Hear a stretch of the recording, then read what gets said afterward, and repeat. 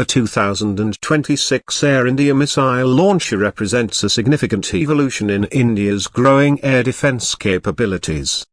While traditionally associated with land-based armoured vehicles and cutting-edge cars, our channel brings you a unique twist today by diving into one of the most important advancements in India's military technology, an air defence system that is not only powerful but also mobile and adaptable, fitting well with the evolving landscape of defence mobility. The is a medium-range surface-to-air missile system, originally of Russian design, but the version now fielded by India in 2026 features a number of significant updates and domestic modifications that make it more suitable for India's specific geographical and strategic requirements. Known for its precision, speed, and enhanced radar systems, that has been seen as a replacement for older variants like the UN systems that were previously in use by several countries. Let's start with the platform. The system is mounted on a tracked, all-terrain chassis that allows it to move swiftly through diverse terrains, be it the deserts of Rajasthan, the hilly terrain of the northeast, or the plains of Punjab. The vehicle has been engineered for enhanced mobility and stability, ensuring that it can reposition quickly between missions. This feature is crucial in modern warfare scenarios where mobility and stealth are key to survival and effectiveness.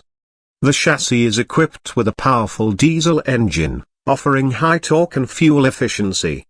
While we usually talk about turbocharged engines in civilian cars, this military-grade vehicle boasts a power unit designed for durability under extreme conditions. With a top speed of around 65 km per hour on roads and excellent off-road capability, the launcher vehicle is no slouch. In terms of dimensions, the launcher vehicle is large and imposing, roughly comparable in length to a heavy-duty truck but significantly wider due to the armored plating and weapon mount. Despite its size, it's relatively easy to maneuver thanks to advanced hydraulic steering systems and automated navigation systems built into the command suite. This kind of tech crossover between defense and civilian vehicle navigation systems shows how military innovation often leads the way for commercial developments. The heart of the is, of course, its missile launching capability. The launcher carries up to 6 ready-to-fire missiles. These missiles are much more advanced than those used in previous Buk variants. Each missile can engage targets up to 70 km away and at altitudes reaching 35 km.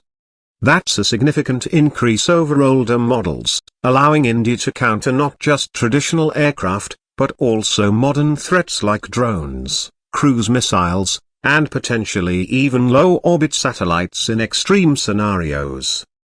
Each missile is equipped with an active radar homing head, which means it can lock onto targets independently once launched, reducing the workload on operators and increasing the chance of successful interception. The kill probability per missile is also greatly increased, with newer explosive fragmentation warheads that cause maximum damage within a precise radius. The system can engage multiple targets simultaneously. This multi-target engagement capability is crucial for defending against swarm attacks, which are becoming more common in modern warfare with the advent of cheap drones and unmanned aerial vehicles. The radar on there has a range of 160 to 200 kilometers, capable of tracking dozens of targets at once and prioritizing them based on threat level. It uses a phased array radar system, a technology also seen in the most modern fighter jets and naval ships, giving it top-tier target acquisition and tracking capabilities. India's adaptation of the system includes localized software and interface customization, which allows it to integrate more seamlessly into India's broader air defense grid. The system can communicate with indigenous radar systems, command centers, and even fighter aircraft. This level of network-centric warfare capability represents a big leap forward for India's military command and control infrastructure. An important addition in the 2026 version is the upgraded electronic countermeasure systems. These are designed to protect from jamming, decoy missiles, and other electronic warfare techniques. The electronic suite on this system is hardened against cyber attacks, which is becoming increasingly important in today's digital battlefield where software vulnerabilities can lead to real-world destruction. Another key highlight is the crew compartment. Unlike older missile systems that had limited crew comfort and automation, the 2026 features a fully air-conditioned and NBC-protected cabin. This means the crew can operate in nuclear, biological, or chemical warfare conditions without being exposed. The controls inside are mostly digital, with touch interfaces, AI-assisted diagnostics, and real-time data feeds. This level of sophistication brings it closer to the kind of technology we see in the latest high-end cars, though of course, its application here is life and death. Let's talk about the crew for a moment. Operating a system typically requires a team of 4 to 5 individuals. You have a driver, a commander, a radar operator, and 2 launch control operators. The entire system is designed for rapid deployment, taking under 5 minutes to go from a moving state to fully operational and ready to fire. This rapid deployment ability is especially valuable in India's border areas, where threat windows can be very short, and response times matter immensely. In terms of real-world deployment, the 2026 has already seen exercises conducted in coordination with Indian Air Force and Army units. These drills have demonstrated the system's capability to integrate with India's Akash and Barak missile systems, creating a layered defense network.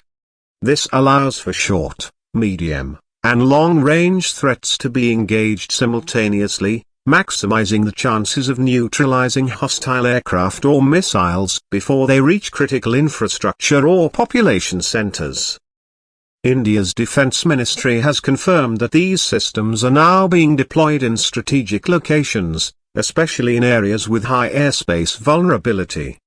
This includes parts of the northern border, as well as naval zones around the Indian Ocean.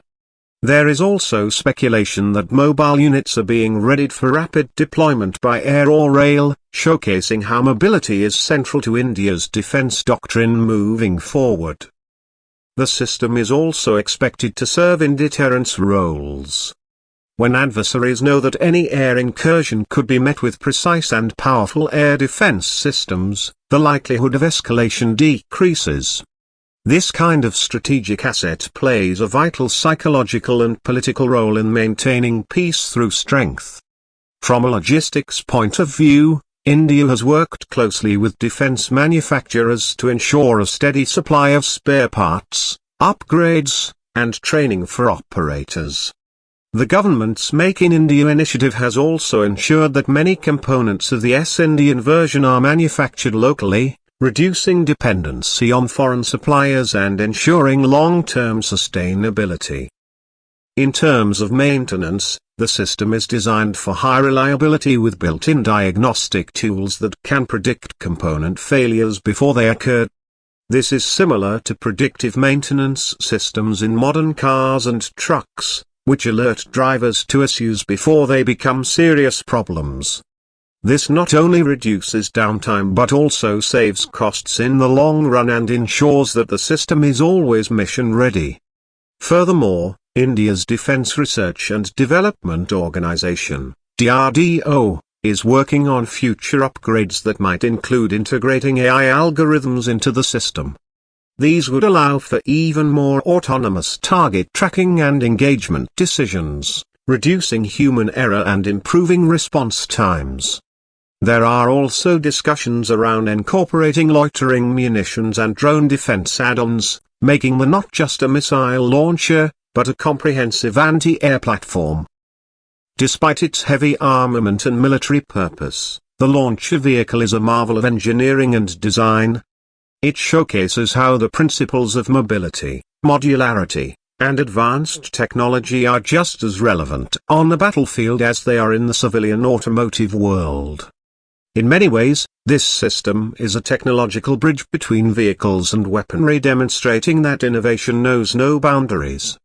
One might wonder why a missile launcher is being discussed on a channel usually dedicated to cars. The answer is simple: mobility platforms like this are evolving in the same ecosystem of automotive innovation. Whether it's a self-driving F or a missile defense platform with autonomous target acquisition, the underlying technologies often overlap, be it in electronics, sensors, data processing, or mechanical systems. And let's not forget about the impact this system has on India's defense posture. With their, India is not just acquiring a new weapon, it's stepping into a new era of integrated air defense where speed, accuracy, and networked warfare define superiority.